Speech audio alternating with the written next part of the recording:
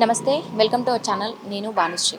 So హఠాత్తుగా సికింద్రాబాద్ కాన్స్టిట్యున్సీకి చెందినటువంటి కంటోన్మెంట్కి చెందినటువంటి లాస్యానందిత గారు అకాల మరణం చెందడం జరిగింది. అసలు వాళ్ళ నాన్న సంవత్సరికమైన నెల రోజులు కూడా కాకుండానే ఆవిడ చనిపోవడం, అదేవిధంగా అంతకుముందు కూడా 3 ప్రమాదాల నుంచి కూడా తప్పించుకోవడం అనేది అసలు చాలా ఆశ్చర్యకరమైనటువంటి విషయము. దీన్ని అసలు అసలు ఇది అంటే ఒకదాని వెంట ఒకటి ప్రమాదం కూడా కొని తెచ్చుకున్నారు ఆవిడ. కానీ 2 సార్లు ప్రాణాల నుంచి బయటపడి మూడోసారి ప్రాణాలు కోల్పోవడం జరిగింది. అకాల మరణం చెందడం జరిగింది రోడ్డు ప్రమాదంలో. అసలు ఇది అనుకోనటువంటి పరిణామం. మరి దీనిపైన అసలు తన ఇంటి పక్కనే ఉన్నటువంటి గల్లీలో చుట్టుపక్కల వాళ్ళు ఏమనుకుంటున్నారు, వాళ్ళు ఎట్లా రెస్పాండ్ అవుతున్నారు, ఒకసారి వాళ్ళతో మాట్లాడి తెలుసుకునే ప్రయత్నం అయితే చేద్దాము. నమస్తే సార్. నా పేరు బాలరాజ్ మేడం.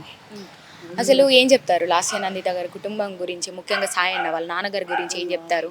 వాళ్ళ నాన్న కూడా చాలా మంచివాళ్ళు మేడం. మాకు ఇక్కడ అందుబాటులోనే ఏదైనా పని ఉన్నా అని చూస్తుండే కూడా చేస్తుండే కూడా. కానీ ఏమైనా పక్కనే ఉంటాడు మాకు. దేని గురించి అయినా మాకు చాలా మంచిగా చూస్తుండే. ఇంకోటి వాళ్ళ కూతురు కూడా ఇప్పుడు ఎమ్మెల్యే అయినా కానీ కూడా చాలా మంచిగా అందరికీ మంచిగా చూస్తుండే. ఇంకోటి ఏంటంటే ఆమె ఎమ్మెల్యే అయినప్పటి నుంచి అంటే దాదాపు 3 నెలలే ఉన్నారు కదా ఎమ్మెల్యేగా. ఈ 3 నెలల్లో ప్రజలకు అందుబాటులో ఉండి ఏ విధమైనటువంటి సహాయం అందించారు, ఏం చెప్తారు? చాలా అందరికీ సహాయం చేసింది మేడం. కాదని కాదు, వాళ్ళ నాన్న ఉన్నప్పుడు కూడా వాళ్ళ డాడీ వెంబడి తిరిగేది, చేసేది.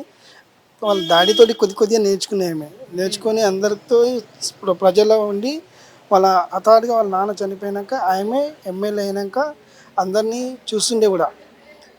ఏదైనా ఉన్నా అని వస్తుండే ఆమె, ఏది కాదనకు ఆమె.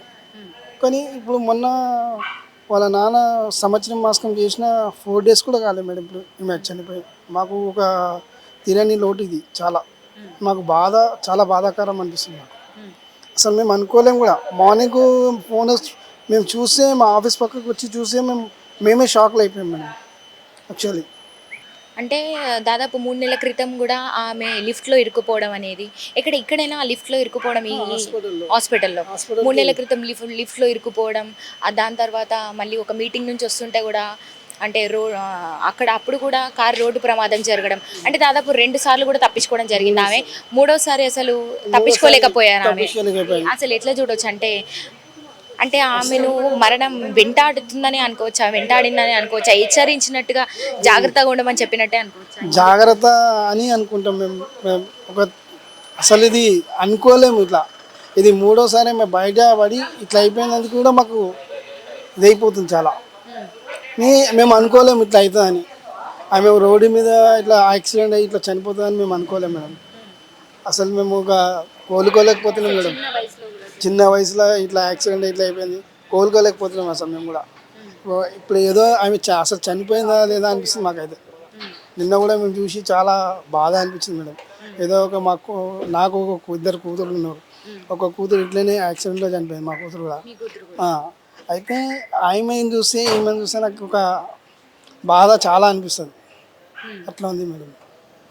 ఇంకా వాళ్ళ నాన్న ఉన్నప్పుడు అంటే దాదాపు టీడీపీ పార్టీకి ఎక్కువగా పనిచేశారని కూడా విన్నాము.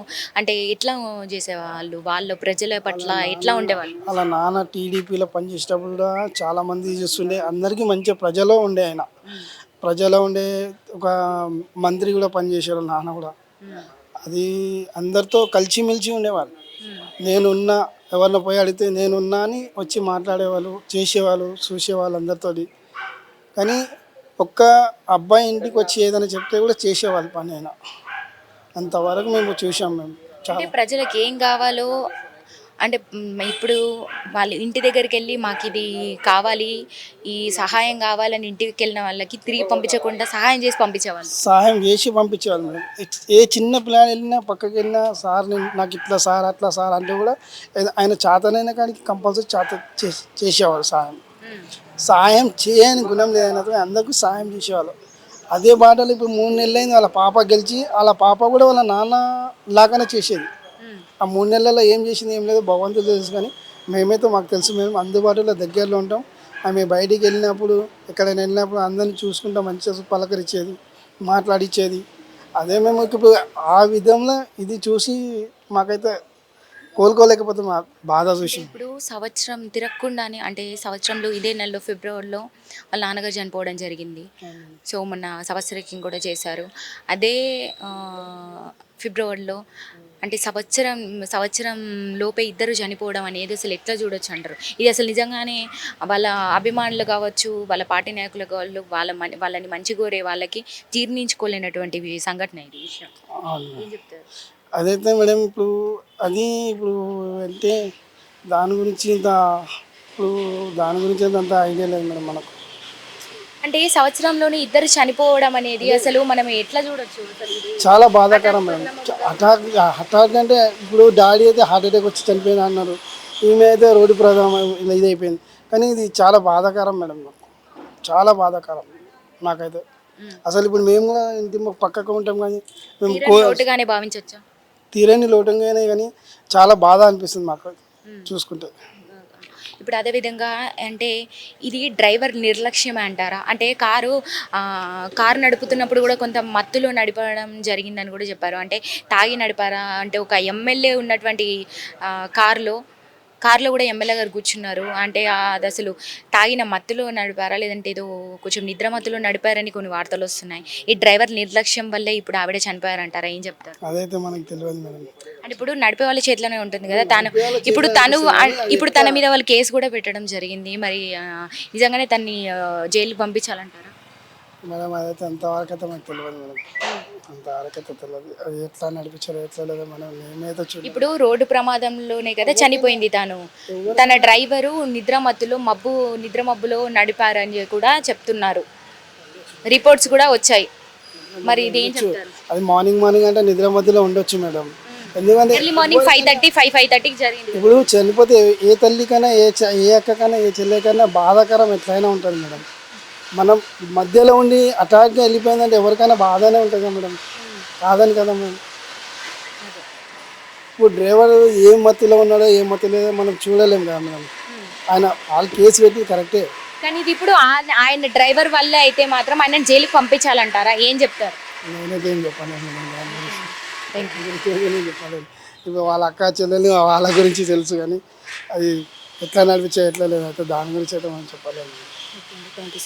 అమ్మ ఎట్లుండే వాళ్ళమ్మ లాస్యనందిత గారి గురించి ఏం చెప్తారు? చాలా మంచిది పాప, మాకు మంచి పిల్ల మాకు అందరికీ. కానీ మాకు ఈ ఏరియాకు ఒక ఎమ్మెల్యే లేకుంటే వెళ్ళిపోయినరు. మాకు ఎవ్వరు లేరు ఇక్కడ, లీడర్లు మాత్రం ఎవ్వరు లేరు. మా కాక కూడా ఏరియాలో ఎవ్వరు లేరు. ఏమైనా ఉన్నా మాకు వస్తుంటే మీ లాస్య దగ్గర మాట్లాడడానికి, లాస్య ఏదన్నా మాకు మంచిగా చేస్తుండే.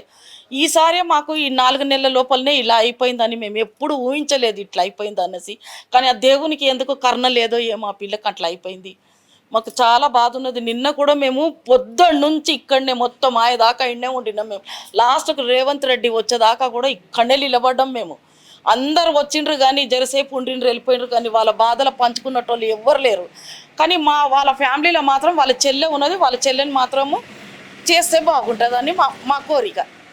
మాకు అందరికీ ఆ పిల్ల చేస్తే. ఏం చెప్తారు సాయన్న వాళ్ళ తండ్రి గారి గురించి?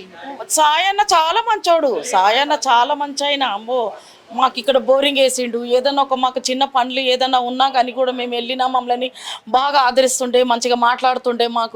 మేము ఏదైనా వెళ్ళినా కానీ కూడా మమ్మల్ని మాత్రం ఆయన ఎప్పుడూ ఉండి లేదని మాత్రం పంపలే. లాస్య కూడా అలాగనే, మేము ఏ టైంకి వెళ్ళినా మీరు రావాలా ఆంటీ, మీరు ఉండాలా, ఎందుకంటే బస్తీలనే ఉండటోళ్ళం కదా మేము, అందుకే బాగా చూసుకుంటుండే వస్తుండే. కానీ చాలా మంచి పిల్ల, దేవుని పుణ్యాల్లో ఆ పిల్లకు న్యాయం జరగాలి, వాళ్ళ కుటుంబాలకు న్యాయం జరగాలి. ఎందుకు ఇట్లా అయిందని కూడా మాకు కూడా షాక్లా ఉన్నాం. మేము కూడా నిన్నంతా ఇట్లా షాక్లనే ఉండినాం. అంటే 3 సార్లు కూడా ప్రమాదం నుంచి తప్పించుకొని ఇంకా నిన్న తప్పించుకోలేకపోయారు. 3వసారి ఒకసారి లిఫ్ట్లో ఇరుకుపోవడం జరిగింది. అదేవిధంగా నల్గొండ నుంచి మీటింగ్ నుంచి వస్తుంటే అక్కడ కూడా రోడ్డు ప్రమాదం జరగడం, ఇవన్నీ కూడా ఒకటాని వెంట ఒకటి ఆమెను మరణం అంటే వెంబడించిందని ఉండొచ్చు. కానీ ఆ దేవునికి తెలవాలి, ఇది ఏదో కుట్ర ఉండొచ్చు, ఆ దేవునికే తెలవాలి. ఇప్పుడు ఇది ఎవరు తప్పిదమంటారు? అంటే కారులో కూడా డ్రైవర్ అదేవిధంగా లాస్య గారు తప్ప ఇంకెవరు కూడా లేరంట కొంచెం అంట కదా. అయితే నిద్రమత్తులో డ్రైవర్ నడిపారు, కొంత మబ్బుగా నిద్ర మబ్బులో ఉండి అదే అంటుండ్రు పోలీసు వాళ్ళు, అదే మాట అంటుండ్రు. అమ్మ దేవునికే తెలవాలి, అన్యం పుణ్యం దేవునికి తెలవాలి. ఇక నిజంగా అంటున్నా మా దేవుడికే తెలవాల, పోలీసు వాళ్ళు ఇంట్లో వాళ్ళు చేసి కూడా ఇప్పుడు ఆయన డ్రైవర్ మీద కేసు పెట్టడం జరిగింది. మరి ఒకవేళ ఆయన నిజంగానే తప్పు ఉంటే ఆయన ఏం చేయాలంటారు? ఇక వాళ్ళకే తెలవాలమ్మా. పోవద్దు పాపం, వాడు పిల్లల గల్లోడు, వాడు వాంది ఏందో ఏమో దేవునికే తెలవాలి. ఇక పోలీసు వాళ్ళు ఏమంటారో అదే ఉంటుంది. వాళ్ళైతే అబద్ధాలు ఆడరు. వాళ్ళు పోలీసు వాళ్ళు అయితే న్యాయం చేస్తారు. అందరికి ఎవరికైనా వాళ్ళు న్యాయమే చేస్తారు మేడం. ఇప్పుడు ఎట్లా చూడొచ్చు, సంవత్సరంలో కూడా అంటే ఫిబ్రవరిలో ఇదే నెలలో వాళ్ళ నాన్నగారు చనిపోవడం జరిపింది. 19 తారీఖే చేసింది వాళ్ళ నాన్నకు సంవత్సరము. సంవత్సరం చేసింది. మేము ఎందుకంటే మేము ఒక్క పొద్దులు ఉంటామని మేము రాలేదు కూడా.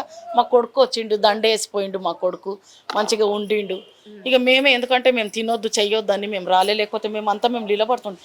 ఏ చిన్న పనికైనా పోయినా కానీ కూడా లాస్య మమ్మల్ని బయట ఉండుండ్రని మాత్రం అనకపో, లోపల కూర్చోబెడుతుండే మమ్మల్ని బాగా మంచిగా కానీ వాళ్ళ కుటుంబం నుంచి మాకు ఒక కావాలా, మాకు మేము ఆమెకే సపోర్ట్ చేస్తాం కానీ వాళ్ళకే సపోర్ట్ చేస్తాం. ఇప్పుడు సంవత్సరంలో అంటే ఒకే నెలలో సంవత్సరం తిరగకుండానే ఇద్దరు తండ్రి కూతుర్లు అసలు చనిపోవడం అనేది, లాస్య గారు అకాల మరణం చెందడం ఎట్లా చూడొచ్చు? దేవునికే తెలవాల తల్లి, నిజంగా అంటున్నా. ఇది ఒక కుట్ర ఉండొచ్చు కానీ ఆ దేవునికే తెలవాల.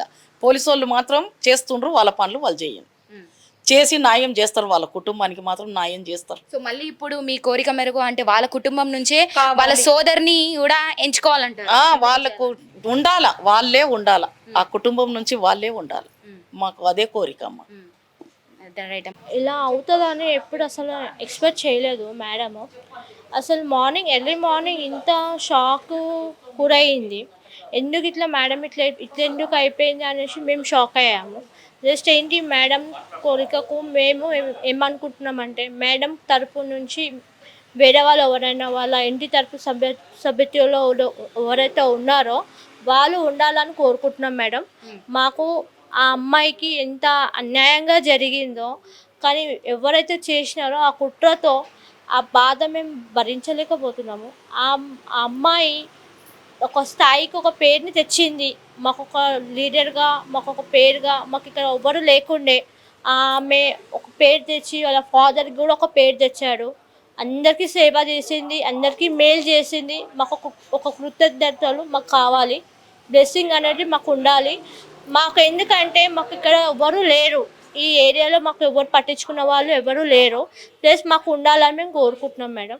ఎందుకంటే మాకు మేడం వెళ్ళిపోయిందని చాలా బాధగా ఉంది. ప్లస్ ఏంటంటే మేడం అంతా షాక్గా గురైంది అనేసి మాకు ఒక రేంజ్గా వచ్చేసి మాకు చాలా బాధగా అనిపిస్తుందండి. అలా అనేసి మేడం, ఇది డ్రైవర్ తప్పిదమయ్యే ఉంటుందంటారా? డ్రైవర్ది మధ్యప్రదేశంలో ఒకవేళ డ్రైవర్ది ఏమన్నా తప్పుగా ఉందా లేదా మేము ఎలా అనుకుంటామంటే, డ్రైవరే అలా అయిపోయాడా, డ్రైవర్ చేశారా అని అనుకుంటున్నాము. డ్రైవర్ది ఏమన్నా ప్రాబ్లం అయితే లేదు. దేవుడు ఉన్నాడు, దేవుడు అలా తీసుకున్నాడు. తన ఫాదర్ కూడా ఇదే మంత్ ఎండింగ్లో చనిపోయాడు, ఈమె కూడా ఈ మంత్ ఎండింగ్లో చనిపోయింది అనేసి మాకు కూడా సంవత్సరం తిరగకుండా ఇద్దరు చనిపోవడం, అసలు ఇద్దరు ఒకటేసారి చనిపోయేసరికి మాకు ఒకటేసారి ఏమనిపిస్తుంది, ఒక ఫీలింగ్ అనేది ఉంది. కానీ వాళ్ళ ఫాదర్ కూడా ఒకప్పుడు ఎంత పేరు చేయలేదు, మంచి పేరు తెచ్చారు, మంచి అందరికీ రుణపడి చేశారు. వాళ్ళ ఫాదర్ బి అందరికీ సేవ చేశారు, తను కూడా అందరికీ సేవ చేసింది మేడం. చాలా మంచి మేడం ఉండే లాస్యంత మేడంకి.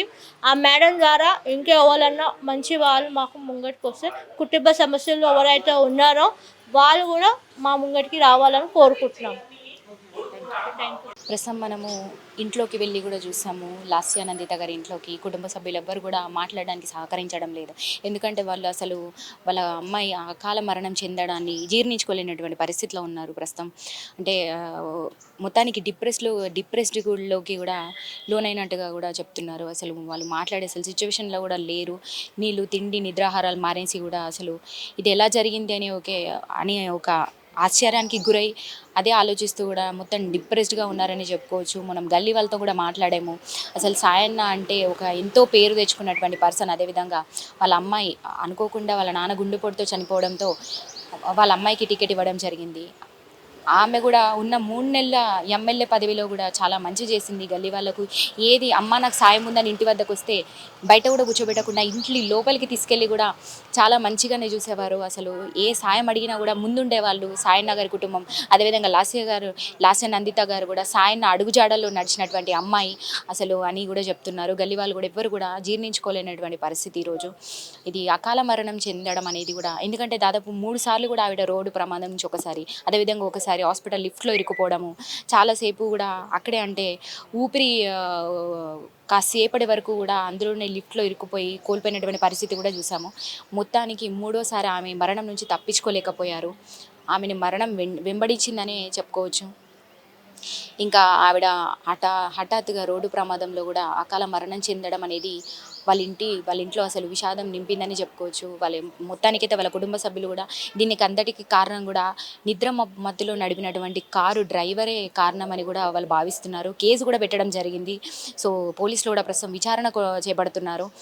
మొత్తానికి వాళ్ళైతే ఎట్టి పరిస్థితుల్లో మా అమ్మాయికి న్యాయం జరగాలని అంటున్నారు. గల్లీ వాళ్ళు కూడా అదే, చేసిన వాళ్ళకి శిక్ష పడాలని అంటున్నారు. దీనికి కారణమైనటువంటి డ్రైవర్ని అరెస్ట్ చేసి కూడా తగిన శిక్ష వేయాలని కూడా భావిస్తున్నారు. ప్రస్తుతం అయితే డిప్రెస్డ్గా ఉన్న కారణంగా వాళ్ళు మీడియా ముందుకు వచ్చిన మాట్లాడే పరిస్థితి కూడా లేకుండా పోయింది ఈరోజు. కానీ గల్లీ వాళ్ళకి కావచ్చు, బీఆర్ఎస్ పార్టీ నాయకుల్లో కావచ్చు, ప్రతి ఒక్కరికి అంటే ఆమె అభిమానులందరిలో కూడా ఒక తీరని లోటు అని చెప్పుకోవచ్చు. ఎందుకంటే ఒక తీరని లోటు మిగిలిచ్చి ఆవిడ ఈరోజు అందరికీ దూరంగా వెళ్ళిపోయారనే మనం చెప్పుకోవచ్చు.